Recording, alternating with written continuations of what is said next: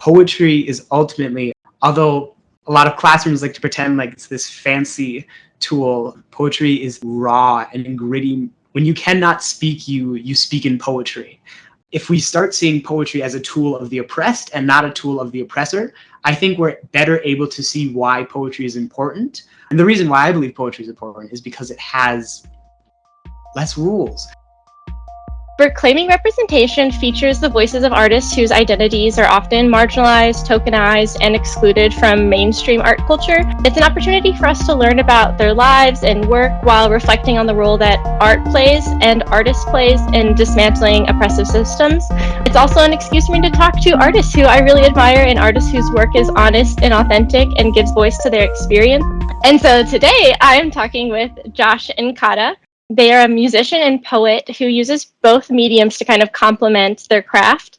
So first off, is there anything that you want to make sure people know about you going into this? I think I don't know. I think I'm a pretty open book usually. And I think so much of myself ends up in my work and my art. I try to be decently appealing to most people, so I think there's not really anything that I'd say you have to know about me to understand me or my work, really. How would you describe your work? I would usually describe it as primarily poetry and then secondarily music.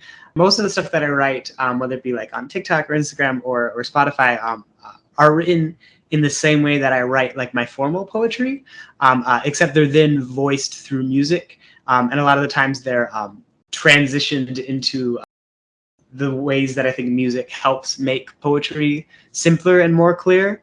And so I think it tends to bridge the gap between those two things.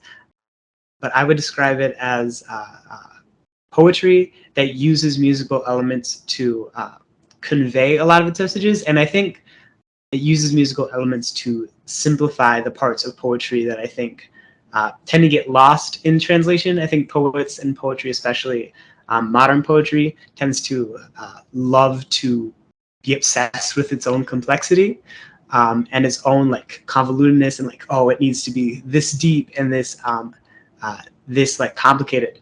And I think I use music to stop myself from doing that. I still have poetry that I find like that I write to be complex, but when I'm trying to make pieces that that are more on my musical side, I try to use music to stop myself from over complexifying things.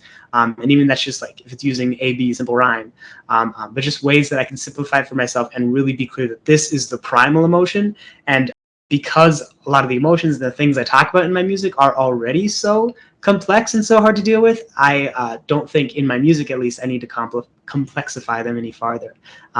So yeah, I describe it as poetry with an asterisk by it, I guess. And honestly, I wasn't sure how you identified, because like I feel like I got both like very equally. Like it felt like poetry, but also it feels like music. So it's always nice when like the way you feel about your art is like translated to the people receiving it. I was curious about like your background with poetry. I grew up in a very anti-poetry household. My mother did not understand poetry, did not like it. She's come on board now, but I didn't grow up around a ton of poetry. I was exposed to poetry as most people are in like school and classes, and I absolutely hated it because I think the way it's taught makes people hate it because it's all weird rhymes from the 1800s. And I didn't like it at all until maybe like the end of high school or so, when I found Harlem Renaissance poets. And the Harlem Renaissance was this big period during the 1900s in which Black art sort of like exploded, and it was taking ideas from previous art forms and then turning them into a way to voice Blackness and a way to voice struggle. And so like I think a really good example of that is like the sonnet. The sonnet's this super old form. Shakespeare wrote sonnets, and there's Italian sonnets and all these different kinds of sonnets, and it's a super European tradition. And Harlem Renaissance poets took that in the 1900s, and then poets like Claude McKay or Langston Hughes wrote sonnets about Blackness and Black struggle. And I think the Harlem Renaissance is, in my opinion, the culmination of what it means to be African American, because you have so much American and European influence, but there is so much Blackness there, and the expression of those two worlds colliding was how poetry first appealed to me. Around the same time that so much, like, because of police brutality and other issues, so much civil rights stuff was exploding around me, and I lived outside Minneapolis, and so much was exploding around me, and I felt this connection to Harlem Renaissance and these Black poets in a way that I had never gotten before. And I think in that moment, it sort of clicked to me that poetry is ultimately, although a lot of classrooms like to pretend like it's this fancy tool, poetry is this raw and gritty tool for people who have, when you cannot speak, you speak in poetry. I think there's an Audre Lorde quote very similar to that, but it's like when there's just nothing else to say, I felt that the things that needed to be said beyond that, things that needed to be said beyond political speeches and beyond what you could write on a poster, could be said in poetry. And I really liked that. I started getting into slam, some beat poetry, and all these different like musical types of poetry. And then following the death of George Floyd in Minneapolis, I started like writing my own poetry, and that's sort of how it evolved. And it's so funny because I'm so curious about your like experience with poetry that I didn't even think to ask, like, oh yeah, where does music come in for you too? Yeah, also a very good question. I was exposed to a lot of different types of music. I've very rarely had a favorite type of music for more than 2 days at a time. I think in my work there's influences from like folk and alternative and stuff like that, and I think that's a lot of what I listen to now. Growing up around music, I guess I played a lot of music. I was played trumpet since middle school, and same with guitar and piano. And I was never big into classical music. I really like jazz music a lot. And so music's definitely like, I think a little bit less of an intimate experience for me. But I think music has been a big way of how I like perceive myself. I think I've always perceived myself as a musician since I was younger. And I think music is also a very big part of my art. Yeah, and I think of as well, like I always want to ask people, like, what is your relationship with like the term artist? And that's going to be where we end up going next. So after this, we're going to talk really specifically about like your journey as an artist. And it's also like, I guess it's another good question. It's like, do you identify as an artist, a musician, and like, what is your relationship to those terms? Yeah, I'd say I identify as an artist. Probably also a musician, but primarily an artist. I think I take a pretty broad definition of art. I think art is just fundamentally about like creation, and I think there is some intentionality behind it. I think obviously there is a space for unintentional art, but I do believe to be an artist you have to do art with some sort of intentionality. And I think in some sense that intentionality can be to break away from the unintentional. But I think using art for a purpose, whether that purpose be self-expression, or whether that purpose be social change or social justice, or whether that purpose just be for fun, I think using art makes you an artist and creating. So I consider myself an artist. And then musician, I think music really is also for everybody. And so I think to be a musician is just the willingness to engage with music, not just as a listener, as an audience, but to really want to know the inside out of songs, whether that be like from a compositional standpoint or a lyrical standpoint, or just from like an instrumental standpoint. I think that's what makes a musician. You'd mentioned like the way poetry is taught, and I also have this impression that like I feel like poetry is like very inaccessible in many ways, and it's ironic too because of like the way you talked about it. It's like it's meant to be this more like expressive form of like, literature, language. It's the words. It's not just the information. It's like how it sounds. It's how it feels. So it's like, and it's also interesting that you mentioned jazz too, because I feel like it's like the jazz of like language or like literature maybe. And so like I was wondering if you could speak a little bit more about like the inaccessibility of poetry and like what is it that makes poetry so powerful too? Yeah, totally. I love talking about accessible poetry so much. I think I think we, especially when poetry is taught in an inaccessible way, and when it's taught in this very like this is this thing above, instead of something that is so human and fundamental. I think the problem with teaching it like that is that we teach poetry as a luxury. There's an essay by again Audre Lorde, I think, and it said poetry is not a luxury, and it talks about how for Black women, poetry simply cannot be a luxurious activity. It has to be an intimate activity and an activity used to escape and to be free. But I don't think we teach poetry in the confines of femininity or Blackness, or we don't teach oppressed poetry enough. And so it comes off as poetry being a luxury that old white guys can write as they sit atop a mountain. When obviously there's a place for poetry atop a mountain, but if we start seeing poetry as a tool of the oppressed and not a tool of the oppressor, I think we're better able to see why poetry is important. And the reason why I believe poetry is important is because it has less rules. Obviously, writing as a whole doesn't have that many rules, but if you're writing prose, you're confined by certain rules of prose. You have to put words in certain places for sentences to make sense, and you have to put sentences in certain places for them to make sense. But poetry strips away those rules. And when you strip away those rules, you can get an emotion that is more intimate and more raw than you can maybe get in something like prose. And so when you bring it back to oppressed people, bring it back to what Audre Lorde's talking about, people who are in positions and places of oppression need to show that raw emotion in order for people to understand why change is so immediate and urgent. And you can't always show that very raw emotion in prose. Sometimes you need poetry to show the very like gritty nature of existing in a certain way or a certain condition. And I think if we begin to see poetry as a tool to do that first, and then as a tool for luxury and sitting atop a mountain, then I think we have a better conception of what poetry should be.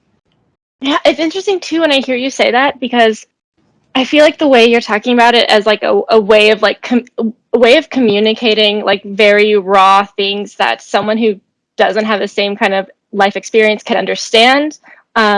But also, I do think it's also important, just as being the person, as a tool to like process complex things too. Like it's not just for a way of communicating it, but it's also like a way to experience it and make something out of that experience too.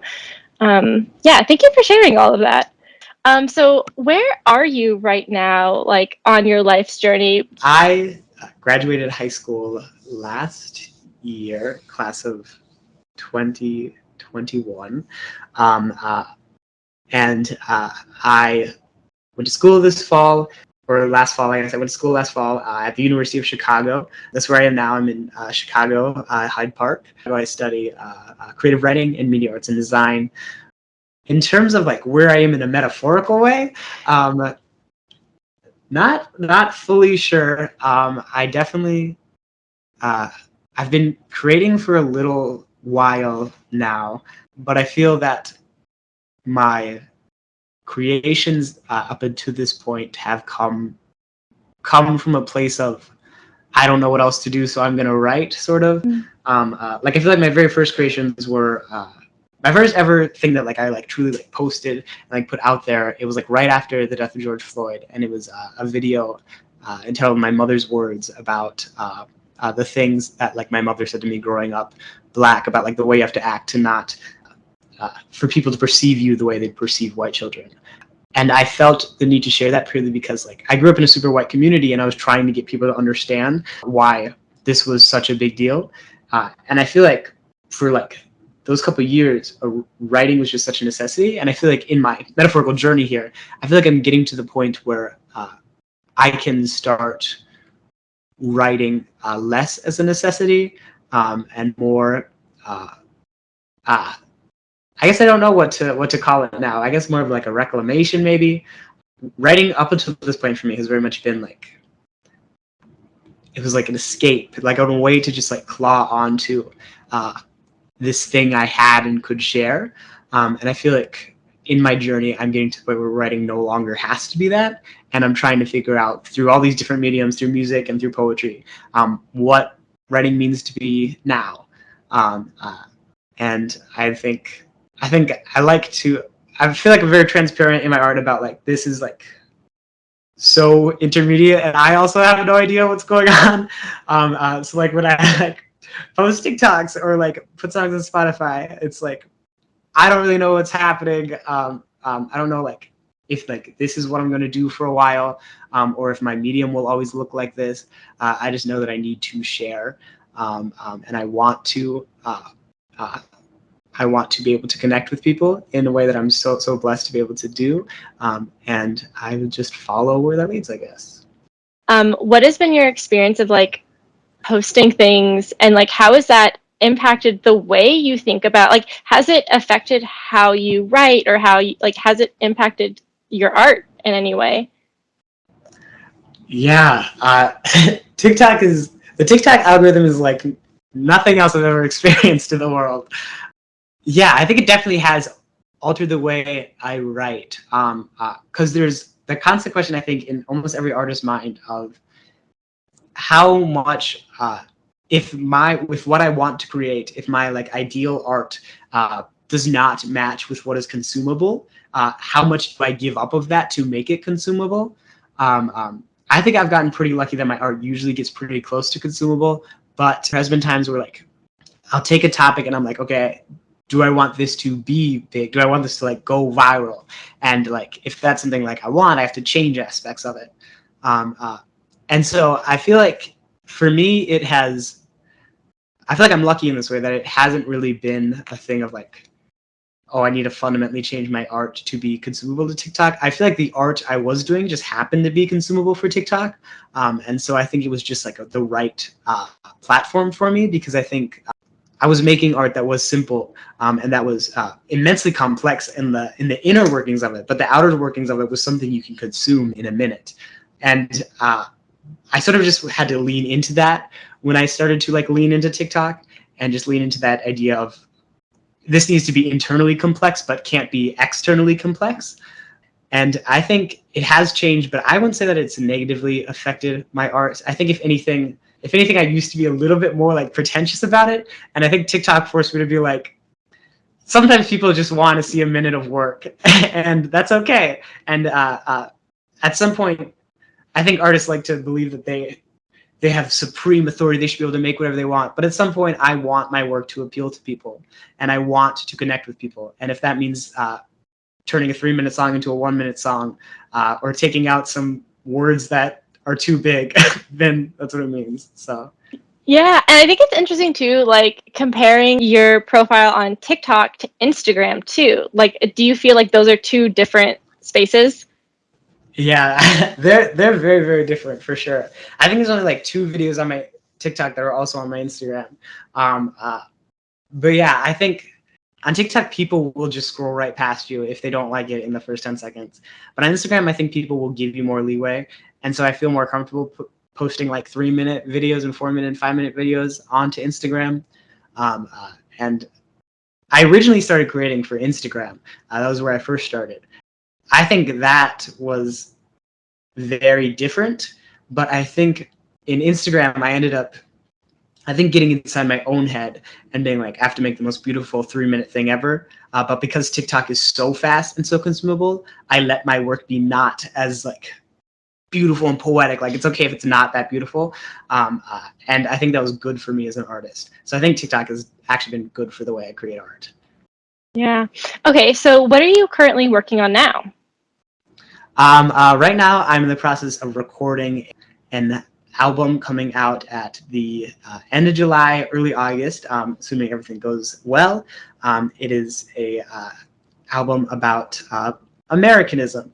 It features between 2 to 3 songs. The 2 songs that will definitely be on there are my last 2 TikToks. So the one I posted on July 4th about coming to terms with the idea of America as a home, and what that means for people who have lived here their whole life but don't necessarily feel home here.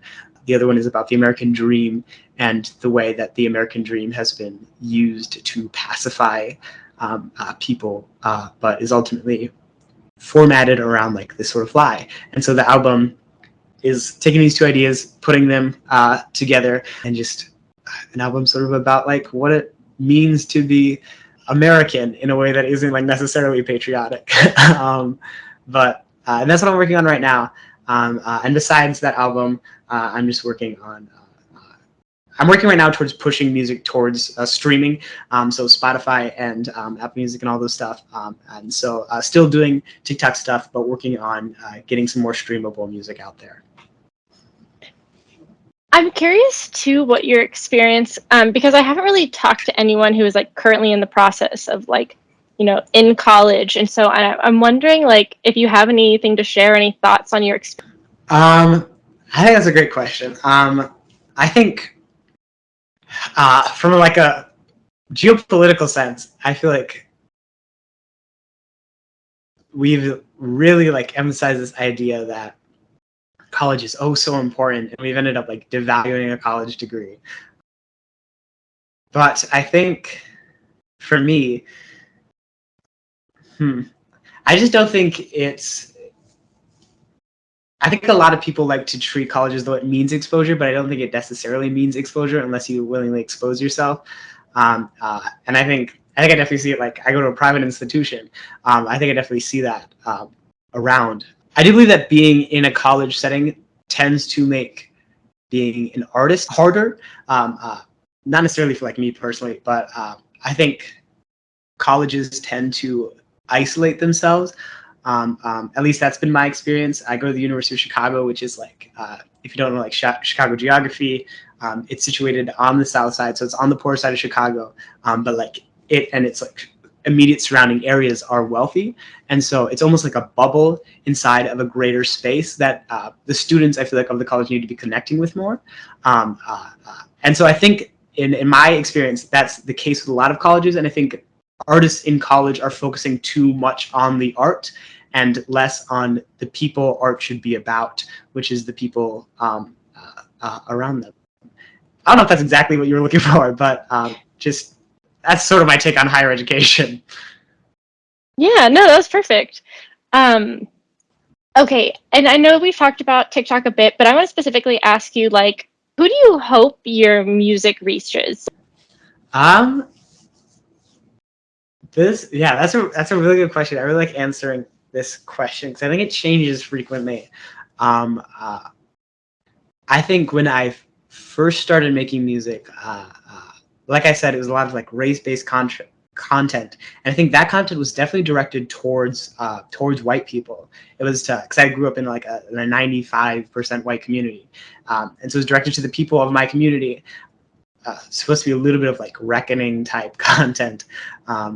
But I think now, I think the stuff I do on TikTok and the stuff I'm transitioning into, I think, yeah, it is for everybody, but I think it definitely appeals to younger people, specifically because I think the content tends to at least make an attempt to, and I don't know if it succeeds in doing this. My goal, I guess, is to succeed in doing this, but I think it tends to make simple these massive concepts and ideas and make them into something we can consume.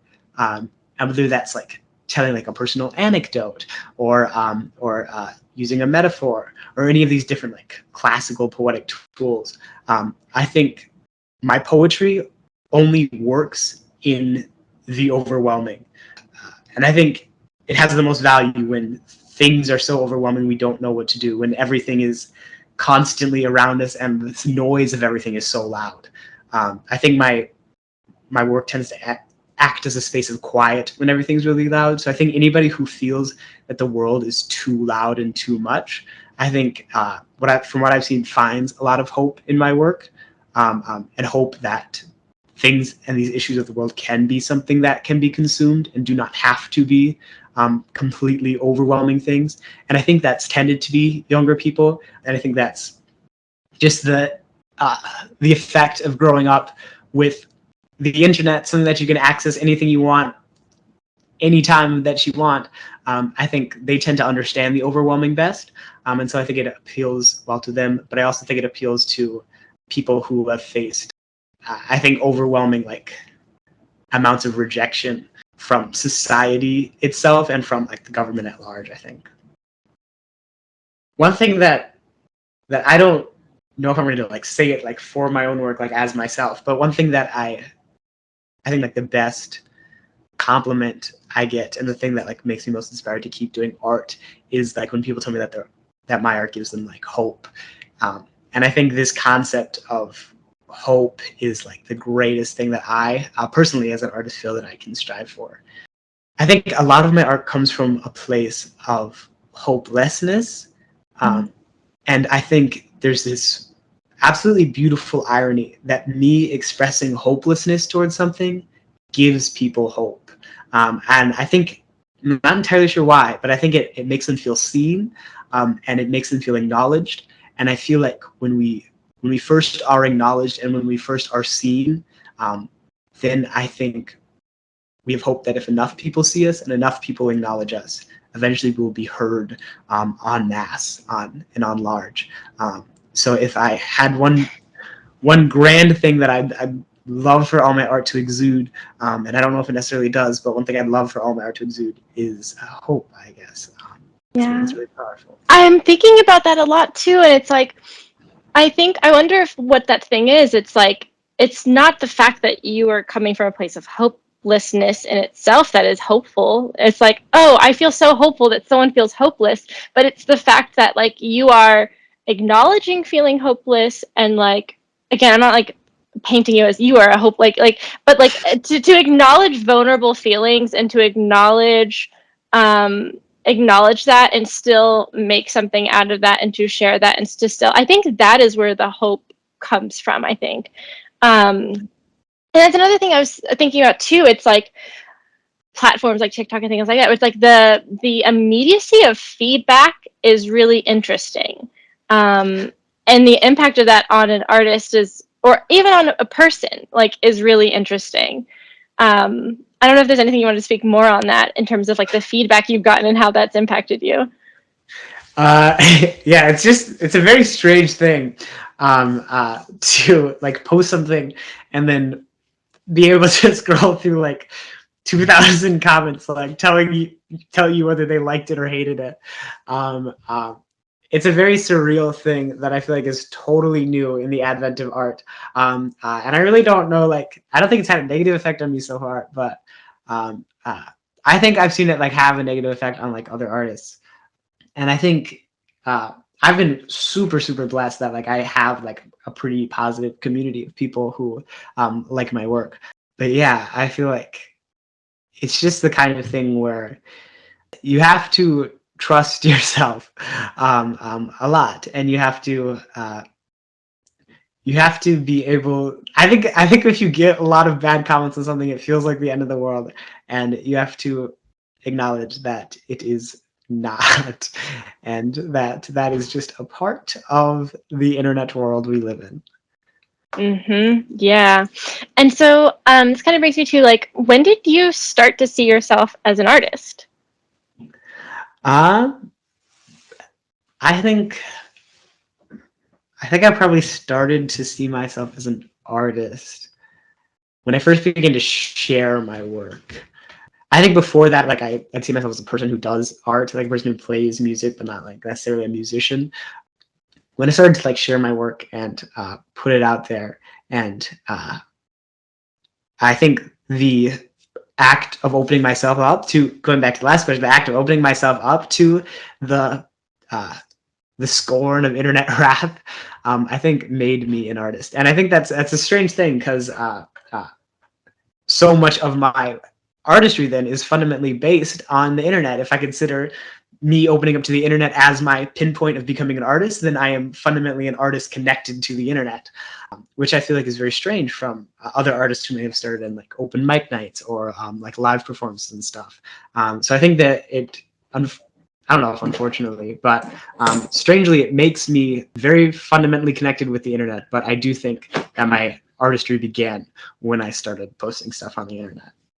I know you kind of talked about like things are kind of like, you're in the beginning, things are up in the air, like metaphorically, like you don't really know what where things are going exactly, but like, where do you see yourself potentially or possibly, like what does your future look like for you with your relationship with art, and like where do you possibly see yourself, or where do you want to see yourself going with your art?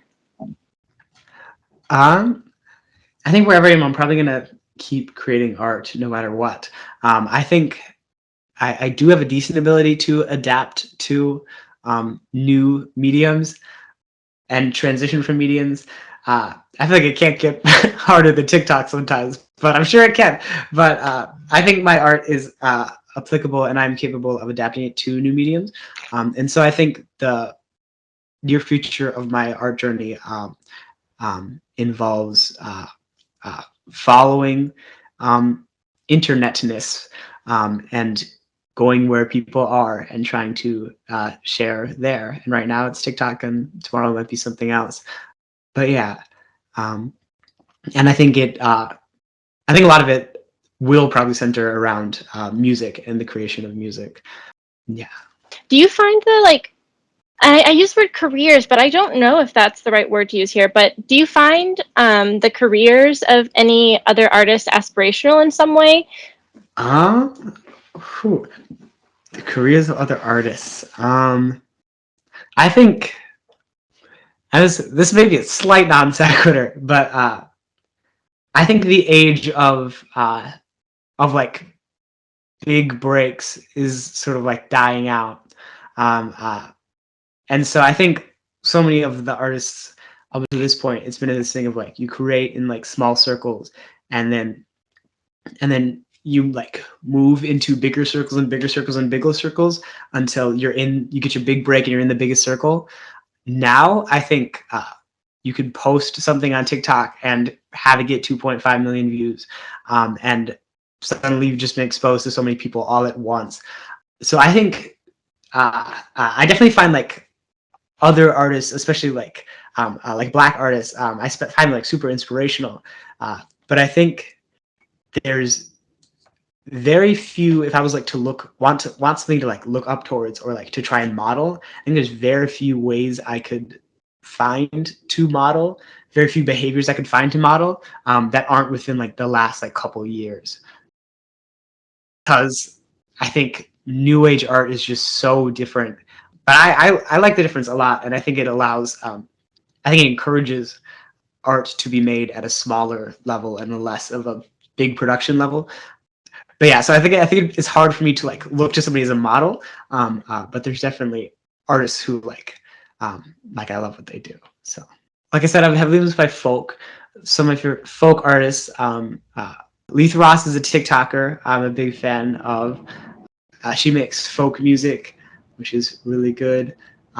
Some like alternative music. Olivia Klug is a really good artist in the alternative scene.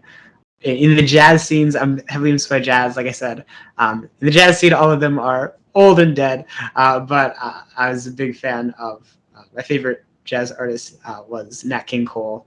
And if you're looking to get into jazz, I'd highly recommend ballad jazz from Nat King Cole. But modern jazz, I think, exists too. I really like Sammy Ray and the Friends. They're pretty jazz based. But yeah, those are some of my go-to artists for listening to. And so this kind of takes us to the second part of the interview, where we talk more specifically about art and activism. First thing I want to talk about is like, what does it mean to be an artist in the context of oppression and art as a means of coping as well?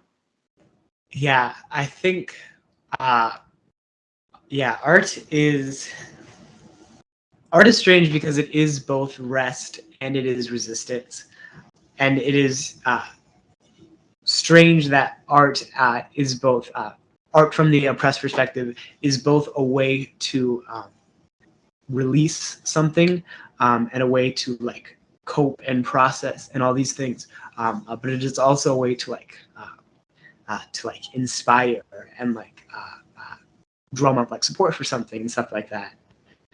I think there's there's a poem by Gwendolyn Brooks, and it talks about you have to fight before you fiddle, and the metaphor there is that like you have to fight your way. You have to do you have to fight for a space before you can make beautiful things, before you can fiddle. And so it's interesting to think of an art as both a way of fighting and a way of fiddling. Um, and I think the thing with most art from the minority perspective is that most art has to be fight art and not fiddle art. And I feel like every time I post something or I write something, there's always undertones of fight in there. Even if I want it to be just fiddle, even if I want it to just be something beautiful or pretty, it just can't be because I have to fight before I fiddle. It's frustrating, I think, when you want to make beautiful things and know you're capable of making just beautiful things, but you know that they will not be interpreted as such. I think it was especially a reckoning for me in like my written poetry of like if I as a black poet write a poem about a flower, it is not about that flower anymore. It is about that flower from the perspective of blackness. Whereas a white poet can write about a poem about a flower and it can be about a flower. And I think it's a very frustrating thing knowing your art will be perceived in such a way always. But I think at the same time, art plays such a big role in activism, and it plays such a big role just because like art and poetry was the way that like I like found myself and figured out who I was.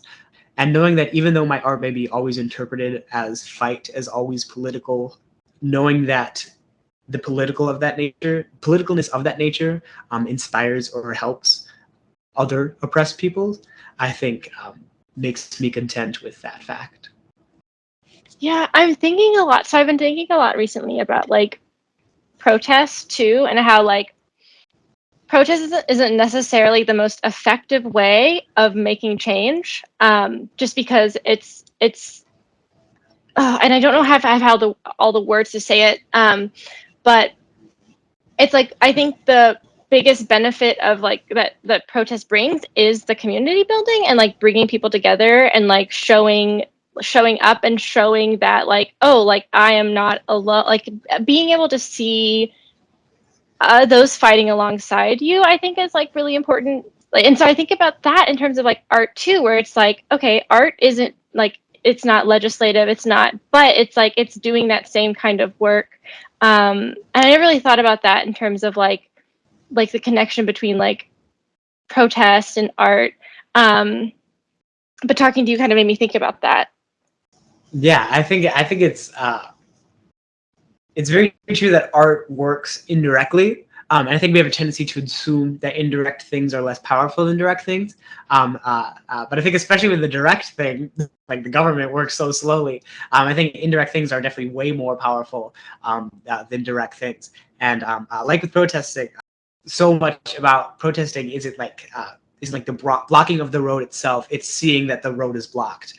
And the knowledge that there is something happening, I think really pervades strongly in art. And I think it's the duty of artists to not hide that fact when things happen, because I think if people want to come to art for comfort, they should have to confront these aspects of reality.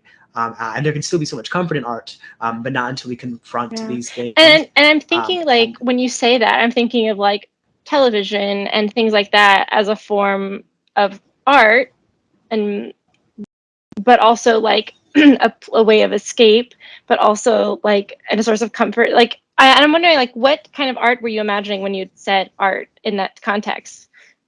Yeah, I think it really is everything. I think it's definitely television, it's definitely film, it's definitely music, it's definitely poetry, it's definitely visual art.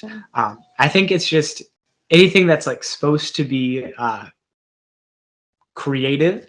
I think it needs to adapt to a changing world, and I think art is so much a reflection of the world. Like every TV show is just a reflection of the world. Even like just a average game show, I feel like is reflection of some aspect of the world, I whether also that be like think capitalism or too, socialism. and in terms of like a reflection of the world, it's like when we talk about shows not aging well, it's like the show didn't change. People thought it was funny the time that it came out, and then we watch it now, and it's like that's not funny. Like who was laughing at this? And I think about that too. Yeah, I think exactly. And because art is reflecting the world, it ends up being one of the biggest, in my opinion, ways to show that things are wrong or unfair. I think it will appear first in art. If artists, especially like artists of oppressed people, are angry in their art, like I think of uh, for poetic influences like Amiri Baraka, and the Black art movement of like this very, very angry art. And if art is getting angry, then things need to change if people are mad and upset within their art. I'm also thinking too of like the relationship between like art and capitalism and like the commodification of art, and even hearing how like just using the meaning of TikTok has influenced your experience as an artist. And it's like, what is the influence of the commodifying art, like bringing art into the sphere of capitalism, what that does to art too, in terms of its ability to also be a form of protest or activism. I'm not sure. Mm-hmm. Yeah, I think it's definitely, I think it has definitely a toxic effect on art a lot of the times, having to appeal to capitalism in such a way. And I think, especially like, especially now, like it's unavoidable. Like if I wanted to get a message out there to do art, like I have to go through something that is like fundamentally a capitalistic enterprise, whether that is like a social media page or any sort of like website or anything like that. Because of the internet, I now have to ensure I follow certain um, uh, restrictions placed by a capitalistic entity when I create art. And it's definitely it's a little bit of like a scary thought that that's so dominant over our art. But I think it definitely is dominant over art. I mean, to acknowledge that it is. Mm-hmm. Yeah. How has the pandemic changed your life in relation to being an artist and also a student and also a human in this country? And how are you handling those changes? Yeah, I think the pandemic made me acknowledge one, the need for art on the whole. I think in darker times we realize how important those art forms are, and I think two, it made me acknowledge the need for my art, both for myself and as a need to like express. But I think during the pandemic, I realized my arts can be a tool to connect with people, and when connection was obviously so challenging, any tool that to connect with people was just so important to me. And so I think the pandemic ultimately gave me a greater appreciation for art and artistry. And I think the isolation of it made me realize the importance of it. Mm-hmm. And then what is your artist community like? Especially in terms of like you identifying as like an artist of the internet too. Yeah, I think it's definitely a unique question to a person like me, because I think I know artists I'm from Minneapolis. I live in Chicago now, so I know artists from both Minneapolis and Chicago. But I'd say the majority of my artist community functions online and in the online space, which is very strange to support somebody through online means. But I think it functions very similarly to an in-person artist community. The people that I know in these online art spaces, we talk to each other about fighting against, I guess, ironically, I think we try to fight against the platforms that made us and the systems that give us platforms, which is a strange struggle. But I think having people to do it with is really important. Yeah, and another question is like how like what does what does the support look like? Like what kind of support do you get from others? Do you need from others that you provide for others? And what does that look like for you? Yeah, I think it's very World Wide Webby, so to speak, in the sense that like the point of like the World Wide Web is that it's a web, and this connects to this, which connects to this, which connects to this. And I think when you have this fan base of people who like appreciate your art, and you send them a certain direction, it creates more tangles in the web. And so I think one of the best ways that like an online community of artists supports each other is by like sharing posts and interacting with posts and sending their community and their parts of the web and connecting that with the other parts of the web. And I think creating space is a really big thing that I feel like doesn't get mentioned a lot in artist communities. I think my existence as a especially on TikTok, my existence on TikTok I think was due to people before me who created a space for that kind of content. And my content may be a little different, but I think the people on TikTok who came and did slam poetry, even though that wasn't really a thing on TikTok, and the people who like built up like this like sort of musical traditions on TikTok made a space in which people were ready for my art. And so I think even if it's not direct interaction with other artists in a community, if you can make a space for a new type of content to flourish in a space like TikTok, I think that's a really important way to help fellow artists.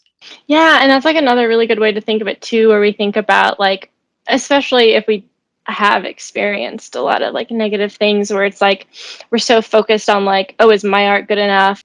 Like, what is the impact of my art? But it's like not thinking like, I think what you just provided is like, okay, but it's not just about your art as well. It's like by you putting your art here, it's like just along this chain of like down the line, like, yeah, that's a really good point. And so I'm also curious, like, how do you financially support yourself? Because we still do exist in a capitalist system. And I think it's really important for like artists to talk about like those kind of realities as well. Yeah, I definitely don't make enough money for my art to support myself off that. Which I guess I But don't want to make people feel like you have to either.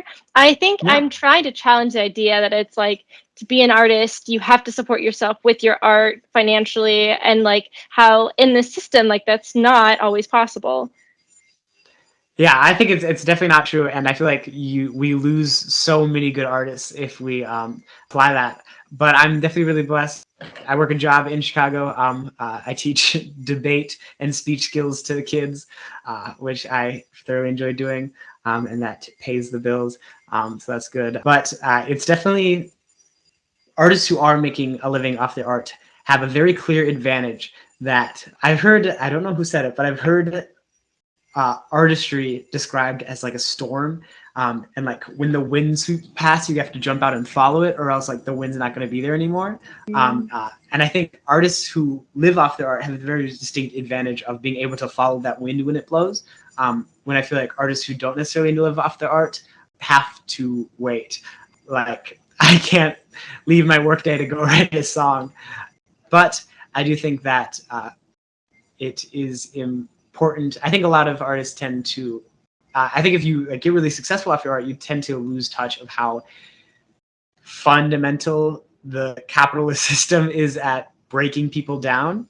And I feel like it's important to always experience that breakdown in some sense, no matter what that looks like. And I'm curious too, like, if you can kind of talk about from like your knowledge and experience, like what are the ways in your opinion that like art can subvert like oppressive systems, and also like I don't know if this is the right term, but like also like oppressive ideologies too, like white supremacy, misogyny, ableism, capitalism, like all of these interplay, and like what are ways that art has that you've seen or that you think can like subvert these systems? Yeah, I think art is very loud. Even my art that like is just me sitting in a quiet room playing a quiet guitar, singing a quiet little song. I think it's still so loud in a metaphorical way, in the sense that people listen and people hear, and whether that is like this nice, sweet idea that oh maybe my art will be good enough to change someone's mind. I think that's less of a case, but I think art does make people realize that they're not alone. I think if they see like my like my videos about like Americanism, and they see, and there's just this common section to it of like I don't feel home in America. I feel like even if the art doesn't necessarily change someone's mind, I think it makes people who hold oppressive ideologies realize how big these things are and how big these people are. And I feel like in a world and in a society and in an economic system where we have so prioritized being big and being the big guy who crushes the little guy, I feel like art proves to people that the people who they once thought were small and feeble are not small, and they are big, and they are loud, and they are brash, and they are in your face, and they are messy. And I think that's the fundamental force of art on people who hold oppressive systems and overthrowing oppressive systems. I think art is really just a force of like inspiration, and it is fuel to the fire of change. Yeah, and something I'm just realizing that I think I need to add to the questions is like, do you have any experience with being suppressed as an artist? And like, what does suppression look like for you? I know that's a big thing on TikTok too, so I'm curious, like, I don't know if you have anything to add to that conversation as well. Yeah, I think I'm a very easy artist for like TikTok or any like big corporation or enterprise. So I think I don't face that much oppression in that sense because I am easy and I'm consumable. I speak softly and I'm a lighter color of black. And I think these things, they don't like to admit they're important, but they are important. And I am very much a product of there's this theory in economic and social policy called the household Negro theory, and it describes like the slave in the house who gets the better treatment. And I think in the sense of these big corporate enterprises, I am so consumable, and it allows them to ignore blacker people who are madder and louder. And so in that way, I think oftentimes like I end up accidentally contributing to the oppression of those people. But I think I don't often face oppression in that sense. But I think there is a real problem in TikTok and in other spaces of not only suppressing blackness, but suppressing loud blackness, which I think is a fundamental part of blackness. And I think especially for like black men and black women get this stereotype of being loud. And I think oftentimes I think oppressors see me and think, oh, he's quiet, he's fine. But I think the loudness is something that needs to be shared and needs to be expressed in these platforms. And I think it does get suppressed more than we realize. Yeah, I'm wondering if any way you relate to like the idea of like you're in disguise of especially when I think of like, I think most Americans probably, and probably most, I'm gonna assume white Americans will associate like folk music as white music, which I don't actually think that this, like, I don't know the history behind it, but I feel like everything, especially any kind of art in this country, has been stolen from Black people, and so like I wonder if like that resonates. uh, uh, yeah, basically every music is stolen Black music. I think there is definitely something to say that like I'm using the lyrical and metrical beats of rap, but it is not rap and it is not hip hop. And I think if it was rap and it was hip hop, it would turn more people away. Because I think people subconsciously shy away from music types that they deem as blacker, and I think it's a real problem. But I think because I do exist in that white genre, it has given me a sort of privilege. But I do think reclaiming that genre is important for Blackness. So I do think we need to break that stigma that these poetic messages can't come through hip hop and rap, because they absolutely can. They have for I mean, they have. That's the thing. They have. I think we need to break that stereotype, while at the same time acknowledging that Blackness can also be soft, and it can be soft guitar folk music too. Yeah, I really appreciate you sharing all that you have. How can people find and support you as an artist and as a human? Yes, you can find me at the Kata Music. That's THE the KATA Kata. Then music MUSIC. That is my handle on TikTok, Instagram, and Twitter.